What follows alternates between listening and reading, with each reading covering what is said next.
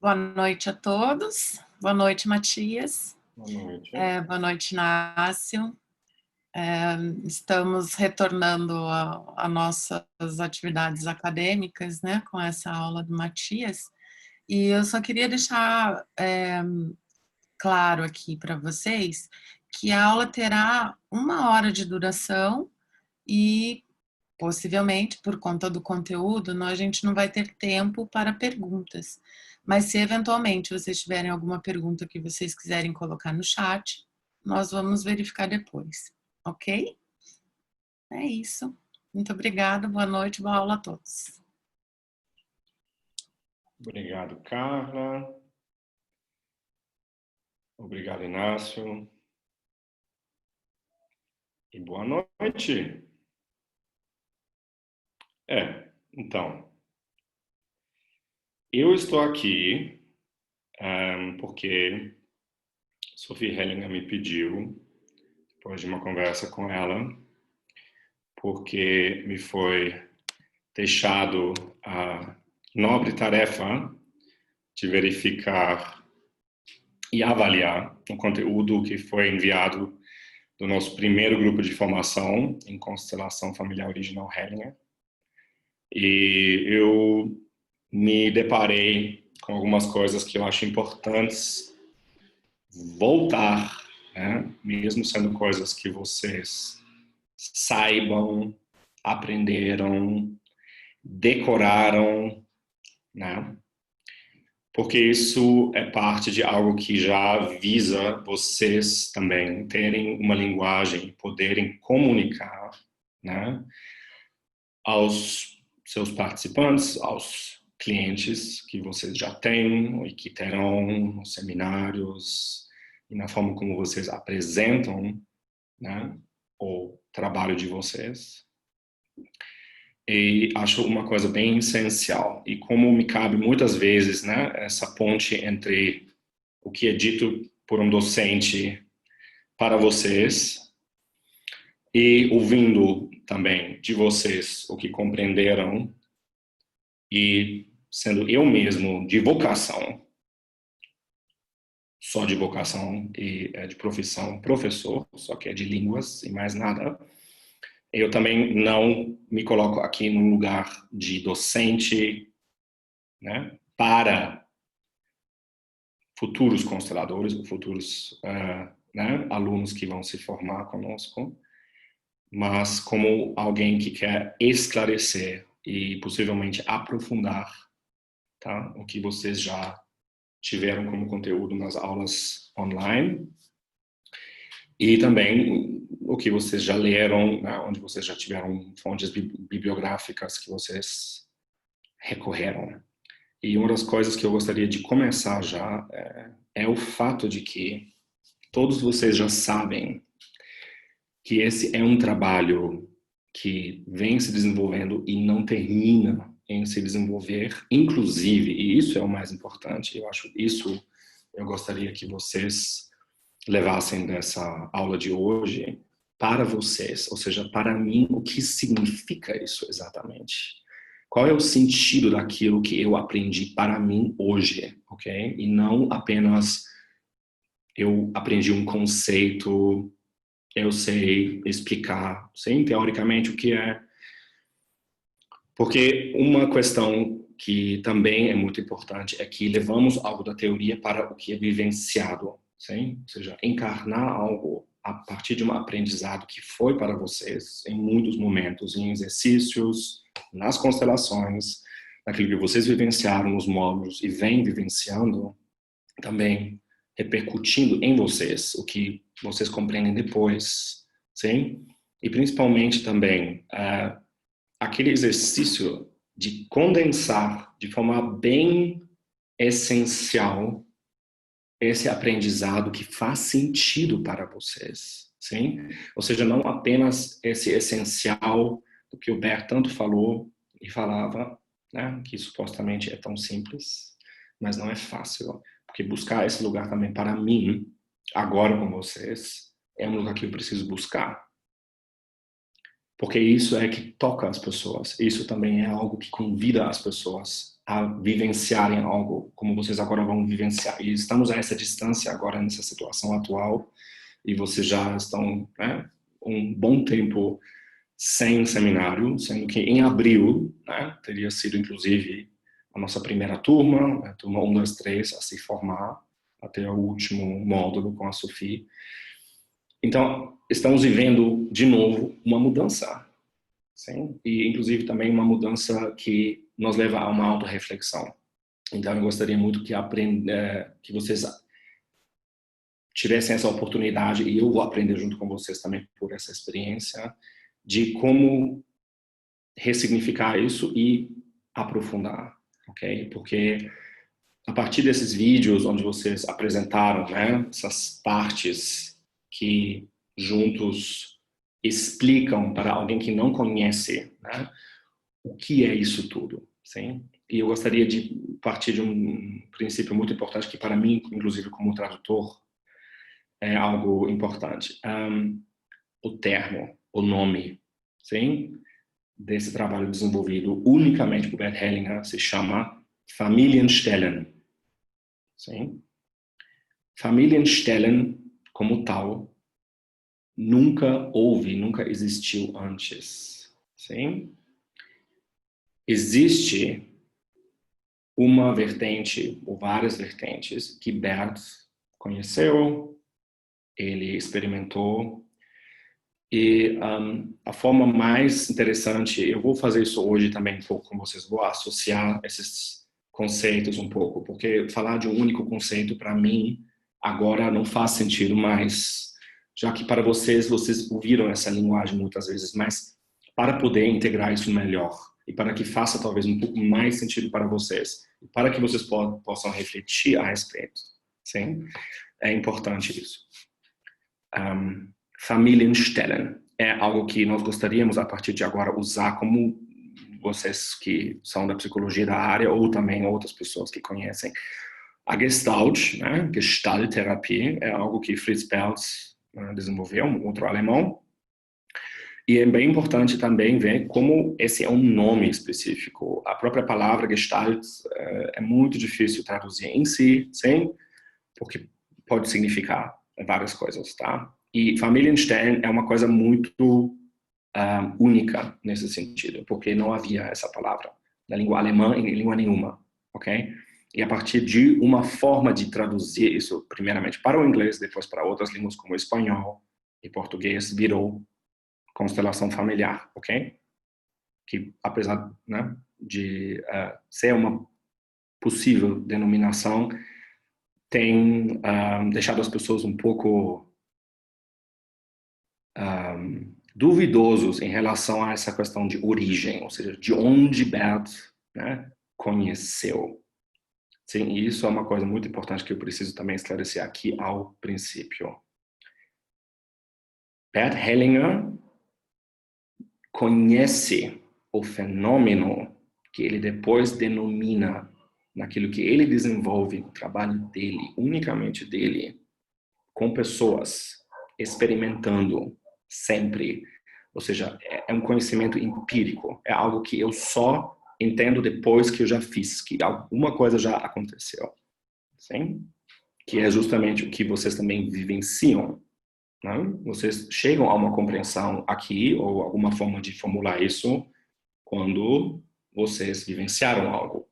E que comprova também, se vocês anteriormente já sabiam ordens do amor, ou pertencimento, ou outras coisas, que de fato isso, mais uma vez, se mostra e, de certa forma, se reforça, né, essa visão. E eu posso ver isso em ação, eu vejo isso nos movimentos dos representantes, eu vejo isso em mim, eu sinto isso em mim. Sim? O mais importante, então, agora, nesse momento, é que vamos fazer o seguinte, eu vou falar apenas de Familienstellen hoje, sim? Para que vocês se acostumem um pouco a isso. Familienstellen é o que Bert Hellinger trouxe ao mundo, sim? E eu vou deixar isso aqui também, porque assim a gente não precisa ficar falando tanto de formas desse trabalho é Familienstellen, em vários momentos, sim? E falando agora do Bert, que eu tive a grande sorte de acompanhar durante bastante tempo. Partindo desse suposto que todos vocês já sabem mais ou menos a respeito da consciência, uma das coisas mais importantes e uma das coisas menos compreendidas, e segundo Bert, que ninguém nunca realmente compreendeu, sim? Como essa consciência realmente atua. E nas explicações, né, dos alunos durante essas avaliações dos vídeos, é obviamente difícil falar disso com certa profundidade, mas uma coisa que é muito importante para vocês, de novo, que isso faça primeiramente sentido para vocês. O bem-estar pessoal que eu sinto ao estar em um grupo, né, é que isso se faz ali e eu também faço. E as pessoas se sentem em relação a determinadas coisas de uma forma e eu também me sinto, então, assim, ok? E para deixar isso bem claro, ainda mais agora contextualizando isso, talvez no momento aqui no Brasil, existem famílias que dizem, sim, nós temos que nos cuidar e nós temos que cuidar da nossa família e da nossa saúde. E tem outras famílias que dizem, isso tudo é uma bobagem, isso não passa de algum circo de mídia e que nos prejudica economicamente e nós precisamos cuidar dos nossos negócios e da nossa vida financeira. E, sim? Ok. O que estamos falando aqui? 2 campos. Sim? O que acontece ali é que se eu começar a questionar um dos dois e penso que, de repente, deveríamos sim nos preocupar um pouco mais com a nossa saúde, porque pode nos afetar e pode acontecer algo conosco a nível físico. E se eu começo a me preocupar, além da minha saúde, de fato também, com uma economia que está parada e com negócios e com empresas, ok? Eu começo a sair desse lugar. E que custa muito às pessoas que sentem que se deveriam simplesmente ficar ali, se sentiriam muito mais confortáveis. Boa consciência é um conforto para nós. Boa consciência é onde eu me sinto confortável. Boa consciência é onde eu gosto dos meus problemas, inclusive, porque os problemas que existem nesse grupo são problemas ou de todos ou que as pessoas permitem existir. Não os problemas que surgem quando uma pessoa extrapola esse limite onde se diz isso não. Ou se diz essas pessoas ali fora, não. Essa etnia, não. Pessoas desse país, não. Pessoas dessa religião, não. Sim? Se é de religião. Se uma família de ateístas depois descobre que um filho virou evangélico, não. Sim? Existe esse não. Que é um não, que delimita e que dá, ao mesmo tempo, essa segurança de dizer, aqui eu fico seguro. Sim? E é exatamente esse lugar que eu quero que vocês também sintam isso. Como que vocês chegaram a esse lugar de questionar essa boa consciência? Ou seja, aquilo que era válido para vocês até um certo momento e depois não fazia mais sentido de alguma maneira e vocês estavam incomodados com isso. E quando voltam para suas famílias e quando tentam falar de algo um pouco diferente, ou inclusive do trabalho que vocês fazem, vocês se sentem mal. Vocês não sentem que isso pertence nesse lugar. E com isso vocês sentem, vocês não pertencem nesse lugar, nesse contexto, fazendo o que vocês fazem. Ok? Então, isso é muito importante. A má consciência ela nos custa nosso bem-estar, nossa zona de conforto, porque precisamos ir para além de algo e sabemos dentro de nós que colocamos algo em risco. Agora, esse risco também é importante entender. Ninguém deixa de pertencer. As pessoas às vezes confundem isso um pouco. Eu sinto que eu posso não pertencer mais. Eu sinto, sim, que eu posso ser uma ovelha negra fazendo isso, falando isso, bebendo, comendo, o que for, aquilo que na minha família não acontece, não se faz, ou naquele grupo de amigos, ou naquele grupo de colegas, onde isso é tabu, onde isso não se faz, onde disso não se fala. Sim. Então, mesmo isso sendo claro para vocês, mais uma vez, é eu, ok? Eu aqui, eu. Eu sinto uma boa consciência e sinto que está tudo bem. Todos bebem, eu bebo. Todos rezam, eu rezo. Sim? E repito coisas que se fazem porque sempre se faziam assim, nossos pais sempre fizeram, e assim é a vida, ou seja, é uma simplificação também. E essa simplificação é o que torna fácil, ok? Estar na boa consciência. Estar na boa consciência é o comum, é o senso comum, é aquilo que se espera, é a normalidade, é o padrão, sim? E isso varia de nível para nível. Isso é no âmbito familiar de vocês, isso é no âmbito da cidade onde vocês vivem, que dependendo do interior de um jeito, dependendo de uma cidade grande é de outro, capital, etc. Depende do país onde vocês vivem, sim? Não sei se todos já tiveram essa experiência, por exemplo, de viver fora. É difícil por causa dessa forma de ter que não saber. A má consciência nos coloca numa incerteza absoluta. Nós não sabemos mais o que é certo e errado. Nós não sabemos mais o que aqui eu posso fazer para me sentir seguro. Eu não me sinto seguro. Na má consciência não existe essa segurança, que é uma segurança que aprisiona. É aquela ideia da prisão, né? Eu fico dentro, aqui, né, com muro, com grade, que aqui tudo bem. O que acontece se eu saio para fora? Sim? E eu saio para fora por meu próprio esforço, e pela minha própria consciência, e pelo meu próprio incômodo. Existe algum incômodo ali, existe alguma coisa que me aperta, que me delimita, que não me deixa crescer, que não me deixa aprender novas coisas. E isso é muito importante. A melhor forma de vocês entenderem e falarem de boa consciência é aprender algo novo, sim? Pode nos custar esse bem-estar daquilo que eu já sei, daquilo que eu já li, já memorizei, tá tudo certo, né? E isso vale, inclusive, para o que vocês sabem e como vocês vivem o Familienstellen.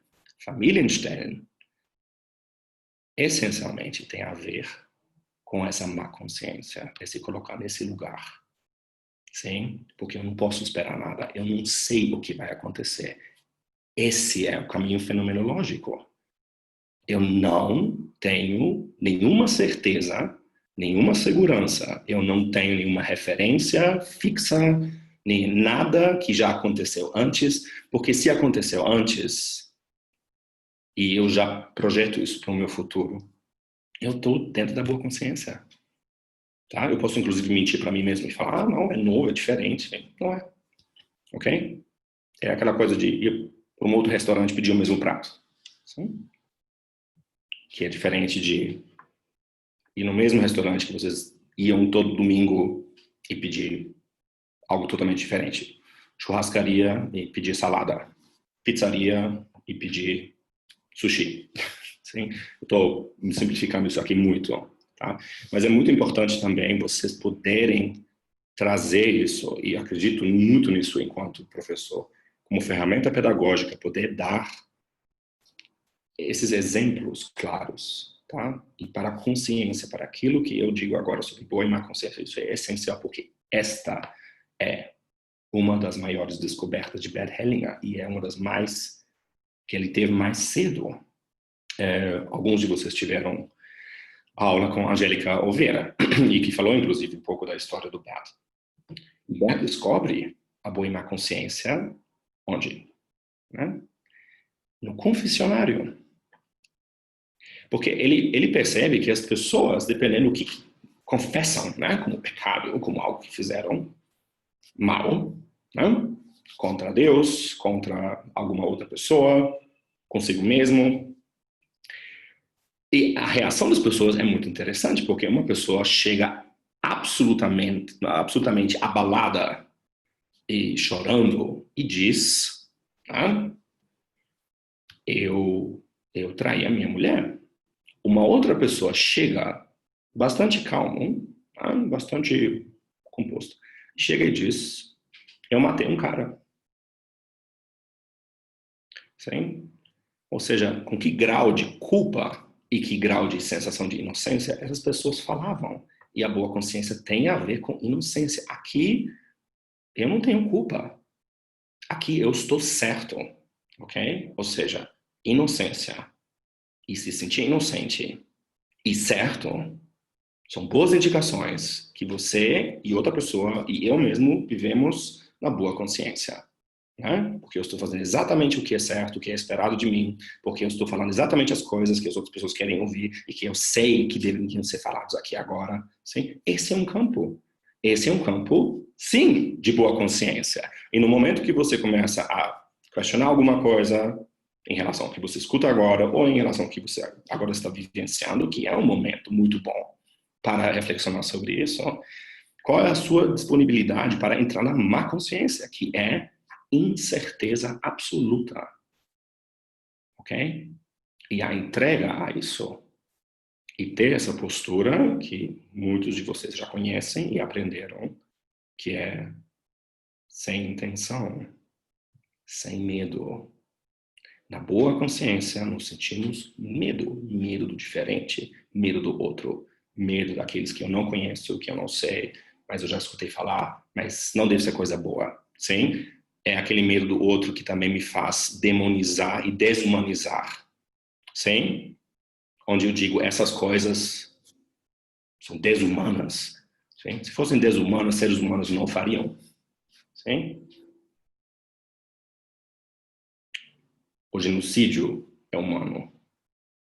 As drogas e o consumo de drogas é muito humano, ok? Trair o nosso parceiro e matar os nossos filhos é humano. E encarar isso, sim, com uma consciência maior, custa.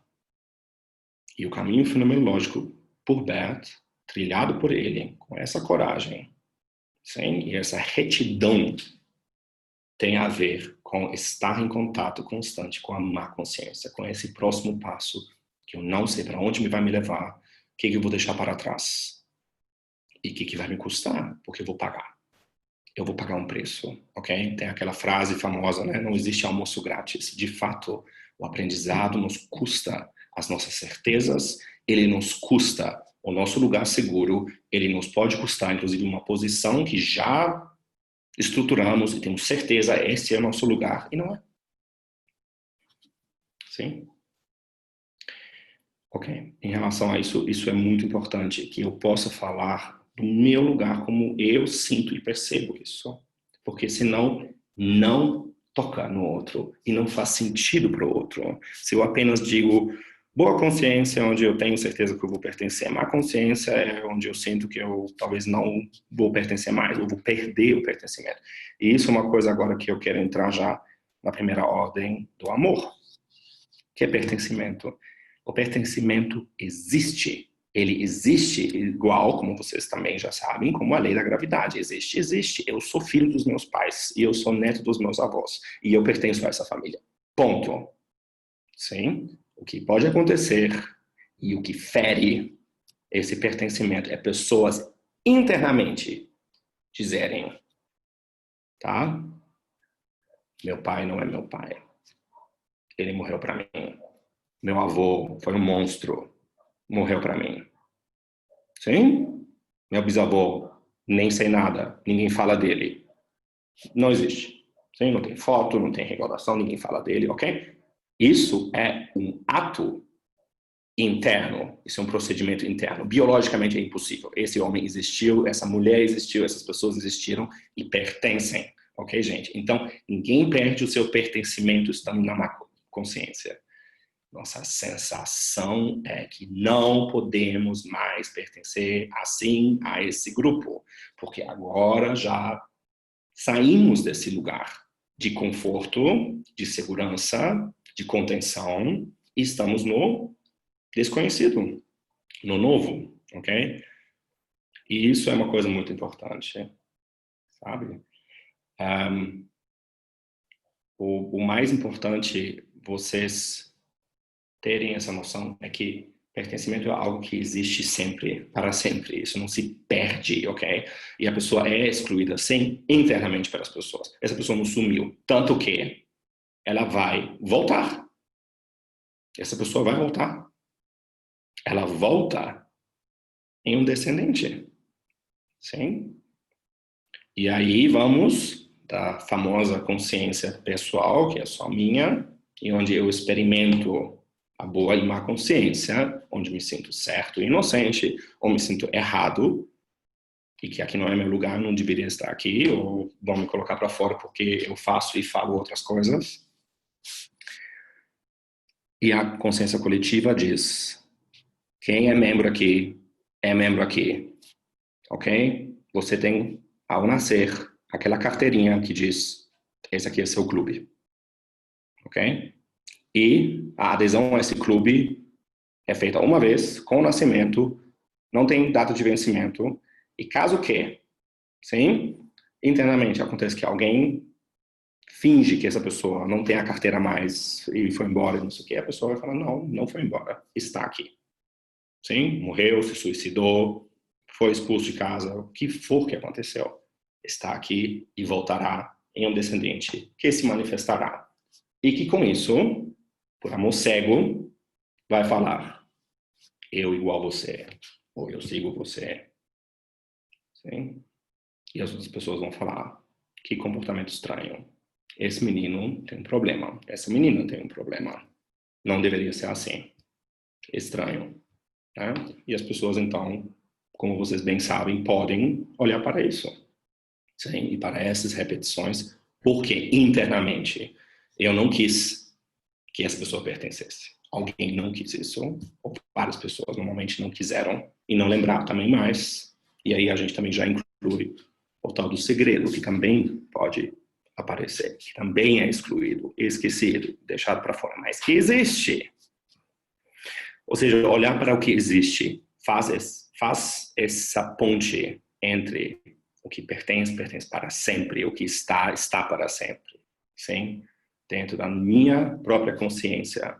Se eu vou para a má consciência, eu posso ampliar meu olhar e dizer: existe mais. E existem coisas que eu não sabia. Ou eu estou vendo algo e isso me toca, eu não sei porquê, mas é uma dor. Alguém morto, alguém que está ali e que também chora e que quer ser visto. Ou seja, todas essas dinâmicas que vocês já conhecem e viram. Sim? Ok. Então, consciência é algo muito importante. E agora, voltando à vida do Bert, vocês imaginam, né? Um homem nascido nos anos 20 na Alemanha, né? Anos 30, acho que não tem nem sequer um ser humano que teve aula de história que não saiba que, né? Nós tivemos essa fase do governo nazista e que não só caçou e reprimiu em primeiro lugar e depois exterminou muitos judeus e pessoas de origem judaica, como também outros grupos religiosos, tanto luteranos quanto católicos, como também homossexuais, pessoas com deficiência física e, basicamente, pessoas que não só não queriam entrar para o Partido Nazista, como simplesmente se opuseram ao Partido Nazista. E que muitas vezes, como motivações, tiveram os ensinamentos cristãos, que também não estavam muito condizentes com aquilo que se criou no nazismo, que foi todo um discurso de propaganda e de exclusão. Então, Bert, obviamente, não foi nazista, não entrou no partido, nem seus pais, teve que se adequar a determinadas demandas, porque no final, quando os alemães já estavam perdendo a guerra, isso se acirrou ainda mais, ou seja, a pressão sobre a própria sociedade. E então, os jovens, a partir de 16 anos, em 44, são todos alistados para serviço militar e morrem em bandos.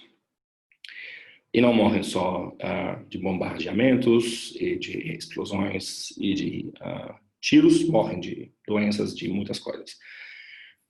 A questão é que aqui, com esse encontro, né, com a morte como algo totalmente cotidiano, e não estando do lado dos nazistas, ou seja, não defendendo o seu próprio país no sentido de esta é minha pátria amada, sim? Isso é bastante já da má consciência de Bert. O fato de que ele consegue fugir do acampamento americano porque ele se rende aos americanos também, o que de forma alguma foi esperado dos soldados alemães que deveriam lutar até a morte, inclusive se suicidar, né, qualquer coisa, se sacrificar. Ele não se sacrificou, entrou, foi para a prisão e lá conseguiu escapar com a ajuda de outras pessoas, inclusive de um soldado. Ou seja, né, isso de novo extrapola esse lugar confinado, que seria prisioneiro de guerra, alemão, nazista, provavelmente, né? E depois entra para a igreja, que sim, já era algo conhecido para ele. E o interessante é, né, que logo que ele se torna padre, ele já é enviado para outro país, que é outro lugar, sim, aprendendo outra língua, que é inglesa, tá? A língua Zulu, Bert nunca foi tão fluente assim. Ele me falou isso uma vez, ele conseguia traduzir, né, para o Zulu algumas canções e foi muito legal.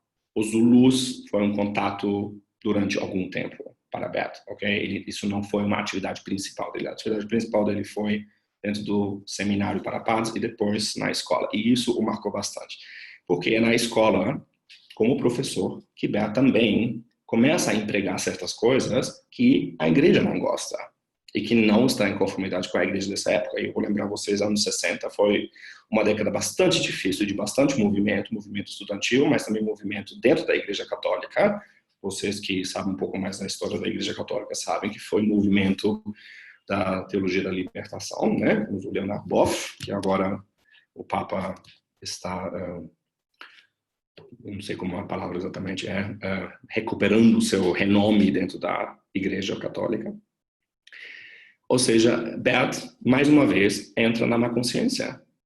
Bert vai para um grupo de anglicanos, outra, né, confissão, que inclusive são, já para a época, bastante progressivos, sim, porque tem encontros de ambas as raças na África do Sul, na época da Apartheid, que é muito difícil para essa época, né? Onde tem todos os movimentos também dos Estados Unidos, dos direitos civis, né, da população negra, ou seja, tudo isso em um momento de muita má consciência, sim? De muita quebra de paradigmas, inclusive para ele, e onde ele descobre, eu não quero servir aos ideais, ideais são da boa consciência. Qualquer ideal, qualquer coisa que vocês podem idealizar, a idealização em si já é assim. Sim? E uma coisa que foi falado sobre o próprio Bert é que ele é um iconoclasta. Sim? Ele quebra a ícone. Sim? Se ele fala de Jesus ou de Deus, ele não fala daquele Deus e daquele Jesus. Sim? Que fica como um conceito, como algo bonito ou algo muito perfeito dentro da boa consciência de algum lugar. Sim? Ou seja, a má consciência tem disso também. E a má consciência é, para mim, uma das características do Bert. Sim? Bert volta para a Alemanha, ele é acusado de heresia e ele sai. Sim? E ele já tem um contato com outro mundo, que é a dinâmica de grupos. E ele é facilitador de dinâmica de grupos. Isso é muito novo na Alemanha. Isso também é interessante. Ou seja, Bert também estava sempre ligado a algo novo, algo diferente e novo. Era novo. Isso não existia na Europa. Ok? Não havia Gestalt na Europa. Isso foi muito interessante, porque vinha de um alemão, mas o alemão, esse alemão, Fritz Perls, foi para a África do Sul e depois foi para Nova York. Muitos dos psicoterapeutas, dos psiquiatras, muitos durante a guerra, antes da guerra, depois da guerra, foram para os Estados Unidos. E Bert também. Bert acaba indo lá. Sim, anos 70, um pouco mais tarde, mas já existe um grande movimento, né, lá de novas abordagens, novos métodos, terapia familiar, tá? Várias coisas que ele descobre ali. E isso é muito interessante. Ou seja, Bert vai de novo para um outro país e fica muito tempo lá. E ele é alguém que absorve tudo isso como experiência. Ele realmente vai lá, sim, e faz terapia de grito primal. Eu não sei quem de vocês já fez terapia de grito primal. É grito primal, é gritar, é entrar em contato com algo lá no fundo e gritar, gritar, gritar, gritar. E o Rüdiger Rogol, um grande amigo do Bert, que é psiquiatra, ele falava, nós ficávamos lá 10 dias gritando até ficar rouco. Sim, ou seja, processos muito fortes e que demoraram muito tempo e que Bert foi também condensando quando ele trabalhava com isso. Sim, até que assim, um programa que era para durar 10 dias demorava 5, depois demorava 1. Para chegar a um lugar onde ele queria levar as pessoas. E ele encontrava uma forma de fazer isso de uma maneira mais rápida. E como a própria Mimanza fala, para ela, Bert sempre foi aquilo. Sim? Ele sempre foi direto, ele sempre foi no essencial. Sim?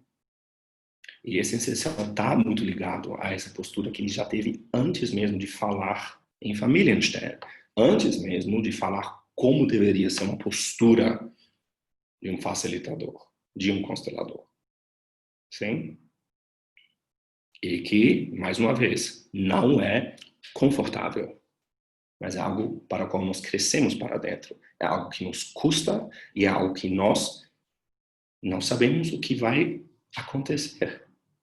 E que, naturalmente, nos causa esse medo. E Bert foi muito destemido, sendo que Bert já tinha vivenciado uma das coisas piores que se pode imaginar, que é estar em uma cidade cheia de ruínas e a qualquer momento você pode levar tiro e acabou.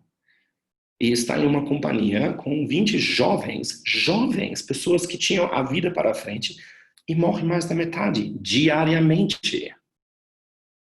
Diariamente, não dentro de um período assim de muito mais tempo, onde um país está em absoluto declínio, onde tudo desmorona e tudo morre, e a morte é algo cotidiano, não algo terrível, sim, que é outro conceito.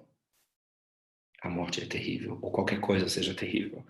É algo que nos dá medo e nós estamos ali na boa consciência, estamos dentro de um julgamento e estamos dentro de algo que também nos conforta. Ah, nós estamos vivos, graças a Deus, nós não estamos doentes, as doentes.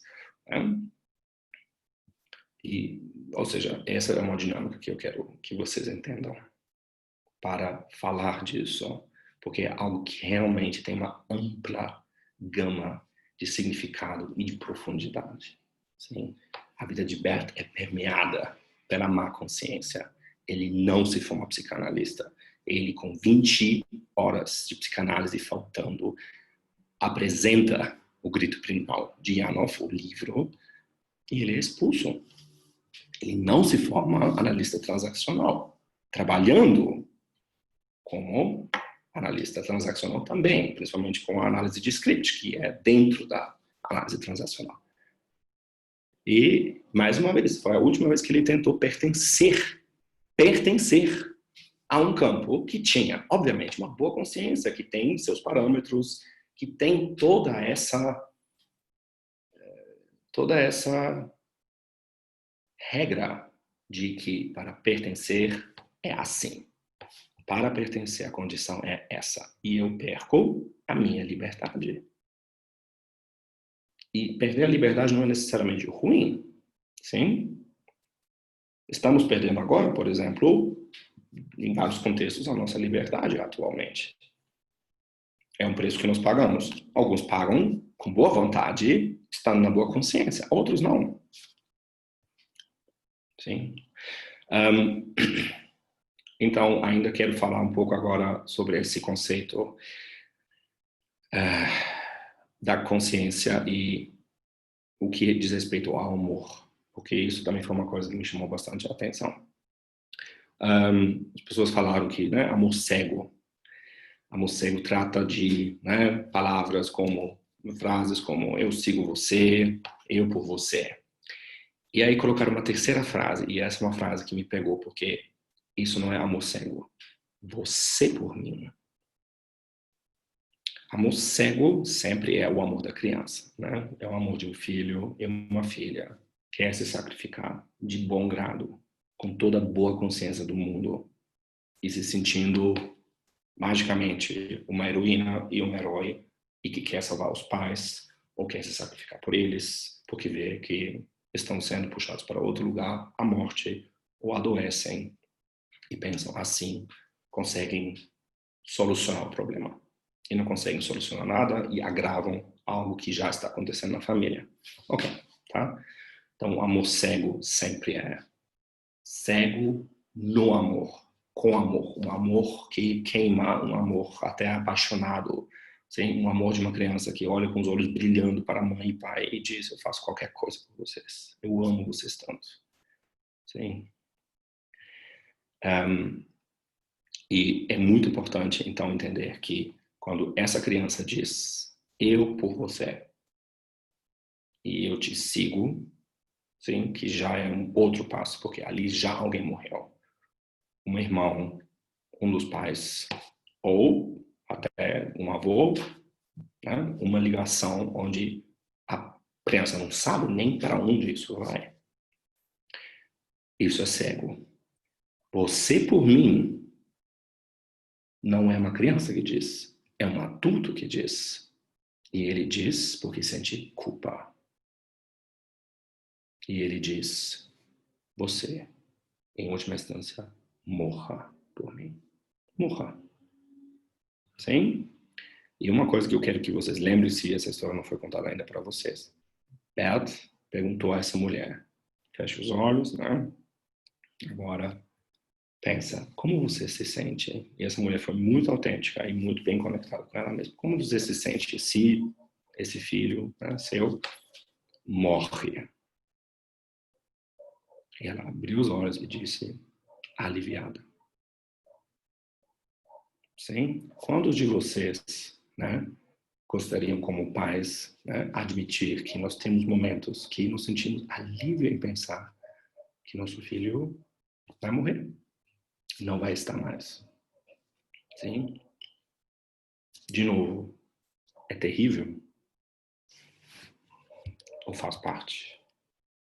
E de fato existe esse desejo também. Esse desejo que pode ser essa energia assassina, esse que nós já experimentamos como uma culpa de um aborto que foi conscientemente decidido ou inconscientemente também algo que nós não queríamos esse filho e essa filha, não queríamos mais estar com essa parceira, esse parceiro e nos separamos e não queremos ter esse filho. Ou seja, o luto pelo filho é algo que o casal pode vivenciar juntos também, mas normalmente é algo que separa. E às vezes as pessoas querem se separar, depois alguém engravida. Sim? Ou então, porque, enfim, é fruto de um estupro, etc. Tem várias coisas ali. Sim? Mas você, por mim, é um adulto. É um adulto que diz para uma criança. E ali o adulto coloca essa criança para um lugar e ele quer se sentir inocente. Sim? Isso é uma forma de querer sacrificar a vida. Sacrificar outra vida. Não a minha, a outra. Ok? Isso é muito importante. Ou seja, você por mim é uma frase muito forte dita por alguém maior para alguém menor e por isso também tem tanta força. E a resposta para essa frase é: claro, eu por você, mamãe, papai. Por vocês, tudo. De bom grado, de coração, todo o amor cego que eu tenho. Sim? Mas aí eu peço que vocês tomarem um pouco mais cuidado. A frase você por mim não é esse amor cego. É uma questão de culpa, inocência e expiação também. Porque eles sentem, pela culpa que têm, que deveriam morrer. E já que deveriam morrer, como essa sentença, deixa isso para essa outra criança que vai estar disponível. Sim? Como a consciência coletiva que diz, você, criança, vai representar o avô alcoólatra e vai se tornar alcoólatra e vai, inclusive, morrer de cirrose aos 20 e poucos anos. Sim? E é trágico. De novo, outra tragédia na família. Sim? Mas esse menino vai fazer eu igual a você, vovô. Igual, né? Com um sorriso, com todo amor. Sim? Ou seja, é importante ver isso, é importante entender isso mesmo, como as pessoas fazem isso, com que alegria até, né? É uma sensação boa para essa pessoa. Tanto que vocês já sabem como isso funcionava, às vezes, com os docentes, uma pessoa se sentava ao lado e sorria, falando de algo muito trágico, mas falava assim, sem perceber. É um bem-estar, sim? E o mal-estar está conectado a essa má consciência, onde algo diferente está acontecendo e eu preciso enfrentar isso. E ali também está essa questão da emoção, do sentimento primário. No sentimento primário, eu estou totalmente presente enquanto um adulto que está encarando essa realidade e eu posso ser tomado por um choro e uma tristeza e uma dor profunda. Sim? Mas eu me mantenho presente naquilo com esses olhos abertos. Sim? E quando entro naquele secundário, eu já volto de novo para esse amor cego. Aquele amor cego que também mantém imagens fantasiosas, mágicas, outras, né? E que diz, minha mãe morreu, né? Uma tragédia para essa criança e, ao mesmo tempo, uma imagem e não algo real ali. E por isso também, quando colocamos essa mãe e ela olha para essa criança, essa imagem da mãe, ela está ali.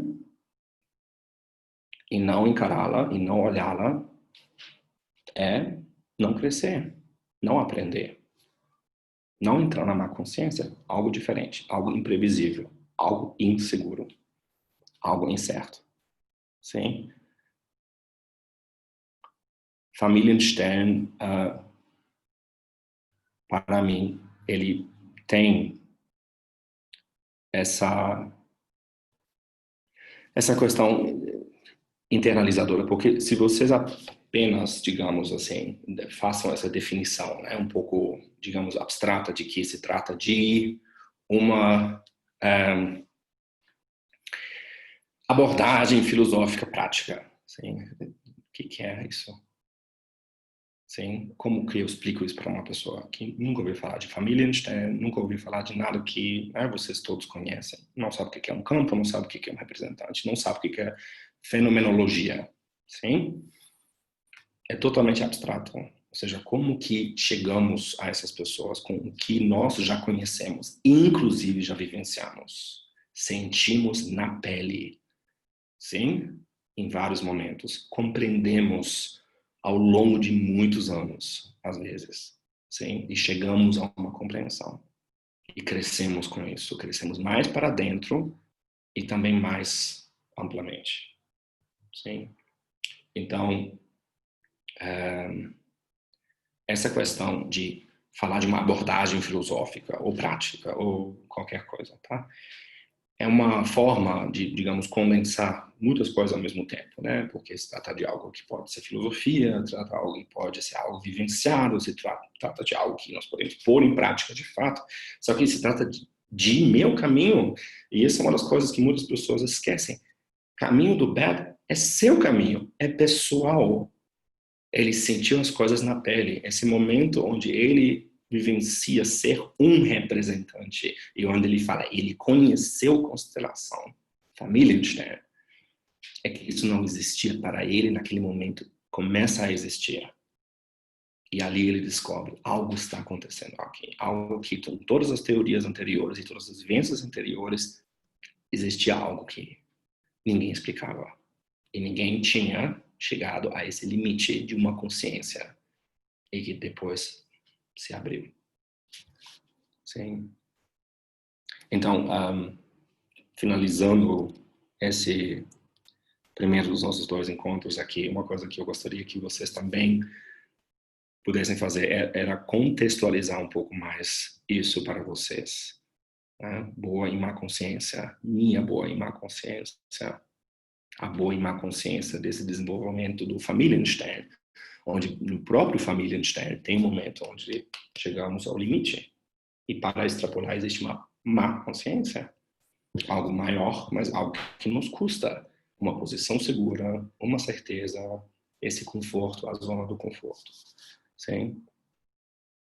E o amor claro, que também é um amor que sentimos fortemente, que pode doer, que pode ser um amor por alguém que viveu e vive hoje algo trágico e que nós amamos, só que não sendo cegos e não tendo pena e não tendo medo, encaramos e olhamos e nos expomos e estamos simplesmente presentes. Sim? Ou seja, para isso que serve, em aspas, tá? Todo esse caminho que vocês fizeram de aprendizado. E para isso eu acredito vale muito a pena. E eu fico muito grato também pela presença de vocês hoje. Porque eu estou basicamente só compartilhando com vocês algo que me chamou a atenção e gostaria muito de compartilhar com vocês isso a partir da minha experiência, a partir do privilégio que eu tive estando junto a Beata e Sofia tanto tempo, convivendo com eles, não só nos seminários, convivendo com os docentes que vocês já tiveram e, se Deus quiser, terão, né? Então, eu desejo tudo de bom para vocês. Como já disse, eu fui apenas alguém para comunicar algo, sim, e, de novo, também sem certezas e sem tanta segurança, que isso seja algo que vocês possam levar para a próxima semana, porque eu ainda quero seguir um pouco nisso, sim?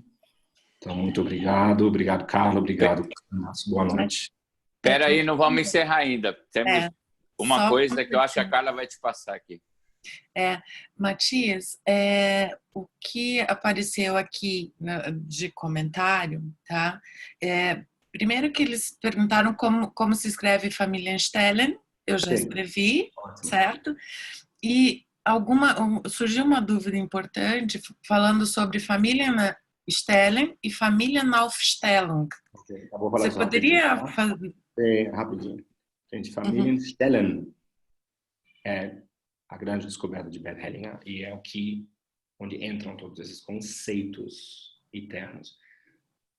Aufstellung ou Familienaufstellung, que por sua vez também é uma palavra que nunca existiu antes, é a própria constelação, o ato, o acontecimento, eine Aufstellung, eine Aufstellung. Familienstellen, portanto, nem tem um artigo indefinido, porque existe o Familienstellen, das Familienstellen. Sim? Familienaufstellung é algo que pessoas usaram e usam, mas é o ato de, ou seja, a realização daquilo. Sim? Com representantes, etc. Por um facilitador. Olha, gente, vamos lá. Foi um primeiro encontro. A semana que vem temos o segundo. Essa aula vai estar disponível somente para os alunos. Aqueles que não conseguiram assistir ao vivo, pode assistir. Aqueles que entraram depois, podem assistir desde o início. Eu agradeço muito a presença de todos vocês e dos nossos docentes, que todos estão aqui nesse bate-papo, como o Matias falou. E é gratificante ouvir tudo isso de uma pessoa que teve essa vivência, Humberto, e tem todo esse conhecimento. Então, com certeza, esse conhecimento, nada melhor que o Matias, com toda essa convivência com o Humberto, para passar para todos nós.